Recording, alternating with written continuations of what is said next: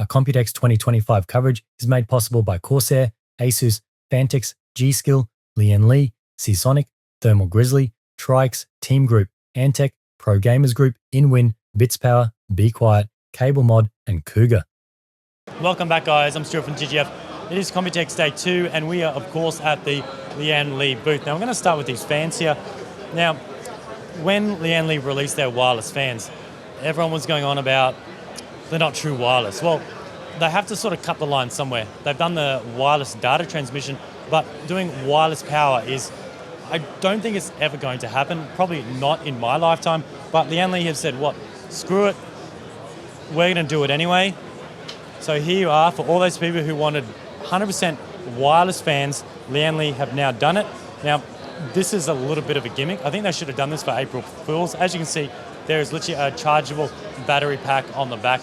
Now you get about 15 minutes of runtime. Now you might be saying, well, that's not very good. That's basically all you can do. Now, because fans run off 12 volts, the power consumption is a lot more. So most phones in that, they will charge off 5 volt USB. Most power banks for your phones are like 5,000, 10,000 milliamp hours. This one's nearly 3, and you only get 3,000, and you only get 15 or so minutes. So that goes to show how power hungry these fans are, especially at 12 volts. So they are actually going to include this. So these are on the SL Infinity Wireless. So as a bit of a joke, I think they said for the first 6,000 units, they are going to throw this in. So I don't know if anyone cares about that. It's just something cool. You can put this on your desk. This also has the wireless module in, so this will connect to the SL Infinity software from LIAN Li, so you can get those going. But yeah, pretty interesting that LIAN Li have actually sort of taken the joke and they've actually gone ahead and made them 100% wireless just for those guys out there. The last fans I want to look at are the Unifan CL Wireless. Just before that, the SL Infinity Wireless I did cover in my CS, or the Digital Expo that recently happened. These will be out very, very soon in the next week or two. I do have a video coming up on those, so I don't want to go over those just yet, so stay tuned for that. These ones here are a more affordable set of LIAN Li Unifans. Are the Unifan CL Wireless. Some different things about this: 2 lighting zones. You've got the center hub, and then you have the side. I kind of like the side. You've got this sort of ripple effect, and the second lighting zone is around the edge. Nice and fine lighting, nice and vibrant. Now, the different way to disconnect these when they join together, most of the time you need to slide them. So to break these ones apart, it's a little bit different. So you actually snap these instead of sliding them. So that just snaps off. So that's the female version there. This is the male mating one. You slide that in there. You slide that in there if you are not using the joint fan. Then to bring them back out, I'll try not to get my fingers stuck. This is like the 5th attempt I've tried doing this, just like that. They pop back out. Now I'll put this mic down, and that's it, straight in like that. Now, these ones are going to be very, very affordable to me. I think $54.99, so $55 for a 3-pack. That's US for a set of LIAN Li Unifans. I think it's pretty good. Anything else, 28mm thick, so slightly thicker, so you have to keep that in mind. And full software support with their L-Connect 3. This is the Lancool 4. Now, Lancool's been going on for, I'd probably say 5 or 6 years ago. Now, I think this one is by far the most variation or difference we've seen in a Lancool version. Now this here, I think is absolutely stunning. It's very different. They actually have the custom fans inside the glass front. Now, I'm going to streamline a lot of these videos because there are a lot of cases to get through here. Things like all the support inside, all the specs. We'll go over these spec cards a little bit, but I'll try and get as many as these to review because these are pretty sweet. Now, of course, this whole front here, it is going to be limited on things like radiator support. You're not going to be able to put any radiators. These fans come completely custom and they come pre-installed in the chassis. So I don't think you can just ditch these fans to something like RGB or something else that you like. Now, I do believe if I pull this, hopefully I don't break it, it comes straight out. So there's pogo pins down the bottom, and they are the fans like that. I'll get a better shot of B-roll than me just holding it up like that. So they are the fans, completely custom. The guys said they're still open to ideas and feedback on the front mesh design. I said they look a little bit like speakers. It may be good or bad with that, but I think if they can try and implement the design element of the top. So the top is aluminum. It's got some nice lines to it for the ventilation. Maybe if they bring that down to the front and maybe bring the same design on the top to the mesh, because mesh has been used over and over again A lot of cases have that, and if this is going to be something completely different, something we haven't seen before, doing mesh, I think, is going to just bring it back a little bit than what it really looks. Now, I might actually put this on the ground so we can get a look inside. So straight away, one hand, pull that off, the whole front is gone. Of course, it's going to be a little bit saggy on top. Just remember, this is a prototype, so they may strengthen this up. But once you put that panel back on, it's going to tighten all that up. It's going to be rock solid. So the side just pops down. Air intake is now on the side. They actually said they get better performance in terms of airflow sucking in from the side than from the bottom going up. You've got no restriction straight up here. Air is going to go straight up into your GPU. So at first I thought this isn't going to be good for water cooling support because I cannot use the front at all. It's stock, that's how it is. If the white version they do, which they are bringing out, will be white fans, I really want to see that because the tint on this one is quite dark. I want to see what the white version with clear glass would look like. That would look super sick. White fans, they're working on RGB ones as well. So these ones at the moment are non-RGB. So in terms of water cooling, I could fit something like a nice thick 360 down the bottom. There's plenty of room there. That looks like about 100 millimeters of clearance there. The top they said can do up to a 420. There looks like plenty of room there. And then I can just get creative with a reservoir, something like that. And then we have that cool design at the front. Now, the guys said for different motherboard support, if you're running a normal motherboard, you can leave this extension tray in. If you're not running a normal motherboard, like you're running a back connect, you can remove this tray completely, like over in this one here, which they've done. So what I can do is tilt this down, open this up, tilt this down. So this one has got that little side extension removed. So now you don't need to feed cables through any of those grommets, purely back connect. And we have a full view from the side, the front, and then I'd say nearly half of the back as well, completely open. Really sick looking case like that. And then ETA is around October. Price is $129, so $130 US, which is pretty insane for the black and the white. For the back, it's going to be hard to see. I remembered some of it. It does have a cover panel that screws in that goes completely over the back of the motherboard. So any cables, you can hide all those. You don't need to use that cover. But that's pretty much it on the Lancool 4. Moving on to the Lancool 217 Infinity. Now you might be running, what's the Infinity? Let me spin this around a little bit. Don't want to knock that guy behind me. That looks pretty sick right there. So similar design element to that Lancool 4 that we just saw. Fans on this one, they're not built in like the previous one.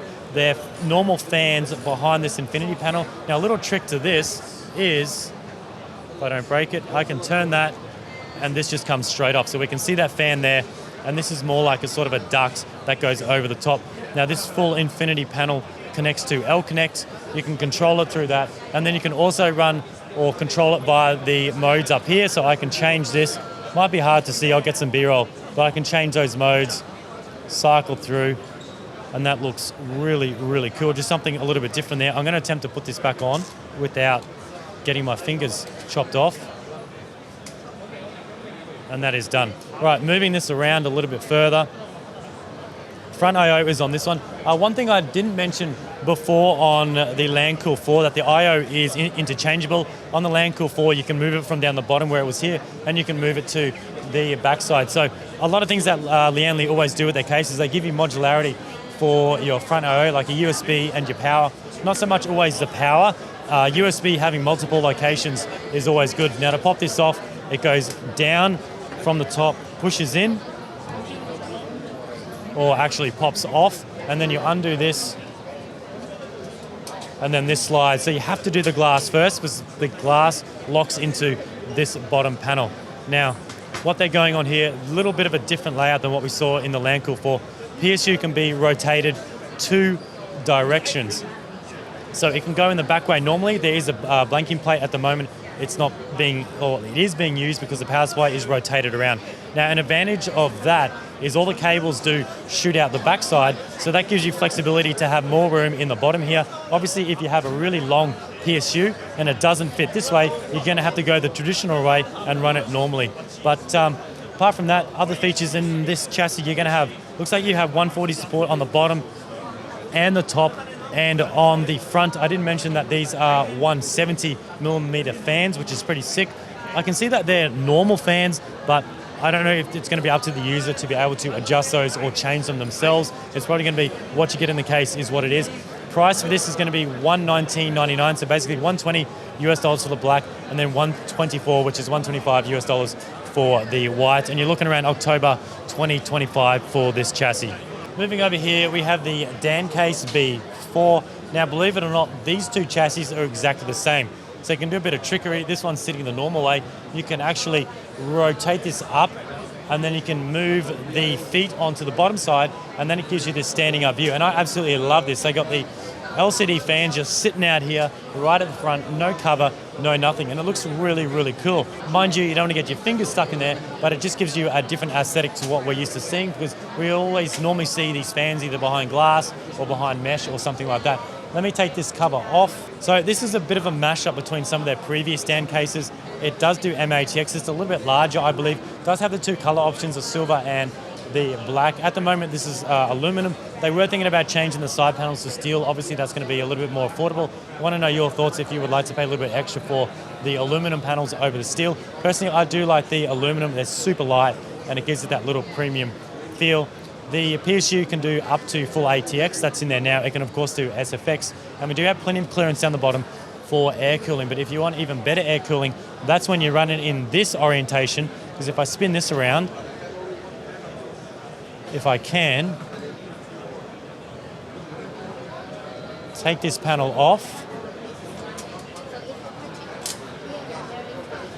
So we can see now the GPU is dead set right at the front. So instead of being at the bottom, it's rocked it up. Maximum air cooling for this one. You got those 3 fans. You probably wouldn't even need fans. You got the GPU right there going straight in. Then with this version here, because it's upright, you can now fit the 360 all-in-one cooler. 360, I believe, doesn't fit in here because you can't. You've got your PSU here, you've got the GPU here, but for this one, it's going to be really hard to show you, but your all-in-one cooler, the 360, actually extends a little bit further. So if I spin this, I should probably go the other way instead of keep spinning it the same way.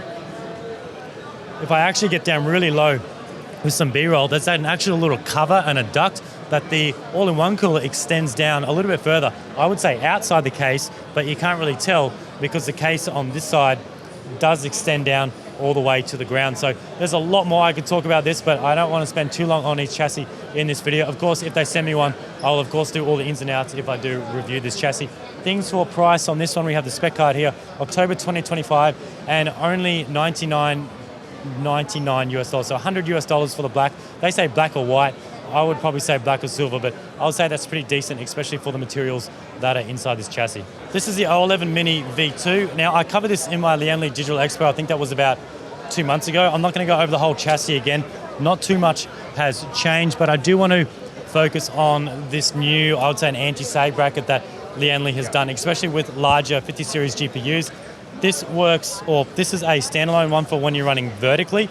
What it does is it mounts on the fans, and then it has a little sort of dial you can fine tune that works as a jack, so it goes up and down. So depending on your GPU, all GPUs are going to be different, and this has been set perfectly for that one, and there is no sag at all. It sits on that, and of course there is another one at the back here for if you're running your GPU in the normal horizontal position. You don't need to use this. You run the other one at the back to keep that nice and straight. But I think that's all I wanted to cover on this. I'll put my previous video in the link below so you can look at that. I covered the whole case in a bit more detail. And the differences for the price for the black and the white, you're looking at $89.99, so $90 US for the O11 Mini V2. Around this side, we're looking at the Vector V200. So this is a more affordable, I would say full tower. Some might say mid tower, but to me it looks a little bit more full tower. So first off, let me take this off. Nice and easy, slides down from the top and just pops off. You're probably looking at this LCD here. Now, a little bit later, we're going to talk about this LCD that LIAN Li are going to start offering. It's going to be a standalone unit, but this one is built into the Vector V200. So, other things about the case. It's got the built-in screen, full support via L-Connect 3. I think there might be one running that where we can show you how it actually integrates on the software. I'll record a bit of the screen of doing stuff. Around the front, we have some capacitive buttons. So we're looking at, I wouldn't even call that buttons if they're capacitive switches. We have power. Looks like, I don't want to press power, obviously. Let's see if I press this one. It's meant to change things like fan, the modes. I'm not sure if it's connected. But anyway, these are capacitive switches. They will do the power reset. And if you're not using L-Connect or if you're offloading it, to like the PWM. You can change fan speed and everything via the front through the glass, which is pretty sweet. More features on this one. You're looking at 360 for top, side, and the bottom under the GPU. PSU goes underneath, and we don't have access to this one like we saw on the 217 before. The whole side came up, but obviously with the screen, that is going to be fixed. But yeah, I think that's pretty much it on this one. We also have back connect. I think most of the LIAN Li cases are now doing back connect, which I've said time and time again, nearly every case I get to review is doing back connect. I just think if you're going to do a case, you may as well. It doesn't really have any negative side effects. But price of this one, you're looking at 109 to 110 US dollars, and the release date you're looking around September 2025. Behind me here we have the HydroShift 2 LCD Curved. Obviously being curved, it has a curved display. Now I'm not really going to talk about too much about the pump and all that and the radiator fans. What I do want to focus on is this fancy screen itself. Now you might be thinking, that's in a weird spot. Why is it facing that way? Now I can just simply grab this remote and move it wherever I want. I can move it around. The speed is set to maximum. You can toggle the speed. Now, obviously the remote is very, very prototype at the moment because I'm literally just holding a PCB and a battery in my hand. But the guys said that they engineered and came up with this in 1 month. So 1 month to create this, which is pretty insane. Now, as you can see, I'm going now up and down. So it doesn't just articulate left and right, it goes up and down. Now, is this really necessary? Probably not, but it looks pretty cool. Now, the guys are saying they want to make the base area a little bit smaller, and they want it to go up a little bit higher because it goes down really low like that, but it doesn't really go up too high. So what they want to do is try and make it go up so it actually covers the tubing. So you could probably center it. I reckon if it could go up about half as height again, that would look pretty sick. Now, I'm going to see if they have any specs on this. Curved screen, of course, 2K resolution. Don't know the resolution exactly, but 2K, that's probably going to be 1440p something. Has a fan in it, so I can cool the VRAM. I'm not sure where the fan is, if it's in the top or the bottom. I'm pretty sure the fan is in the bottom part because when you move this around, the fan would just change in all directions. But I want to know your thoughts on this. Is this something you would be interested in? It's actually pretty deep. Like I'm looking at this case here,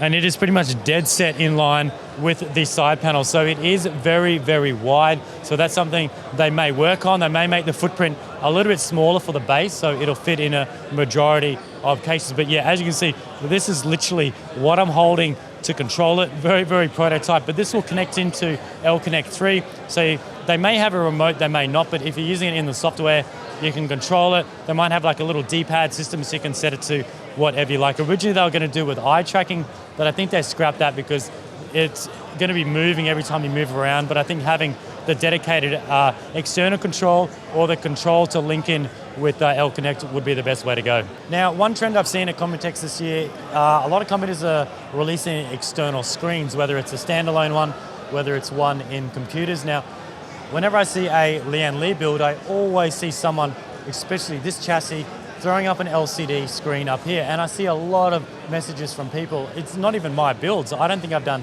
even one of these builds with the screen up here, but it's good to see that a lot of end users and consumers are playing around with screens, because I've been using screens for probably, I'd say 10 years now. But the problem with using screens are they're hard to get access to, they're hard to find. You either got to go Amazon or AliExpress. You got to find the right dimensions, you got to find a way to mount it. So LIAN Li have sort of seen what's been going on, and they now have their HydroShift 2, not that one, sorry, that is the all-in-one cooler. They've got the 8.8-inch universal screen. They could probably come up with a better name than that, but this might not be final. $85 US. It'll be launching in August. So this is the screen here. It'll connect into USB, so powered and USB controlled from the one connector, and that'll connect into L-Connect, and that'll do everything you need. So you don't need to source out third-party programs. You don't have to learn how to control the screen, because a lot of screens you buy will either be offloaded into a HDMI port on your video card.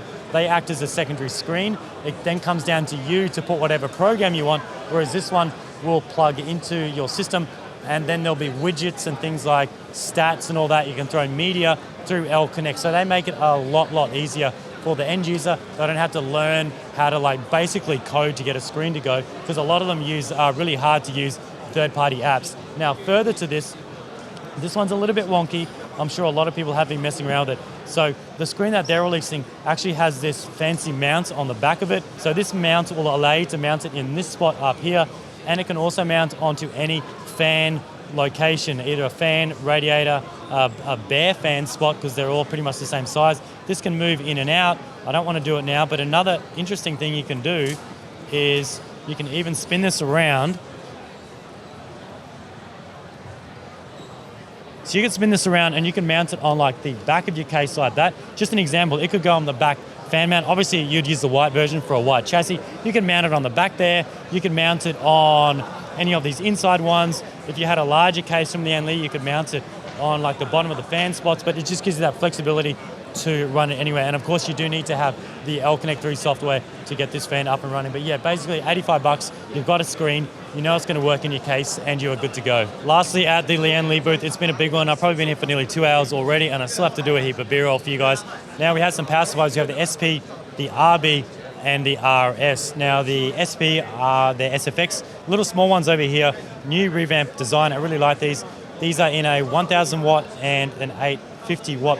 Interesting thing with this is the power cord for these that comes out the back has an inline switch on it. So they've always said, look, running your hands around the back of your case to turn it on and off. I'm not sure how many people do that, but they've now got a power cord. I'm pretty sure it's just an OEM from somewhere that has an inline switch. So it might be easier to reach down to the switch to turn off your PC fully instead of reaching around the back. So that's just something handy. And they've also come up with a right angle connector. Now, I think actually that can actually break off. So that is a right angle cover, because this can come off. I'll see if I can do it in the B-roll. I probably can't do it with one hand, because I was going to say, if this is no, I can't take that off.